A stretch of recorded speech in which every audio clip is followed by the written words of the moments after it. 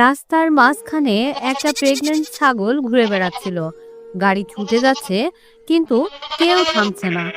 হঠাৎ একটি ছোট্ট ছেলে ছুটে এসে ছাগলটিকে কোলে তুলে রাস্তার পাশে নিয়ে গেল। ঠিক তখনই ছাদের নিচে ঝুলে থাকা মাইক্রোম্যান সব দেখলো। দেখে বলল, ছেলেটি একটি সুপার হিরো। ঠিক তখনই একটি অ্যাম্বুলেন্স এসে থামলো।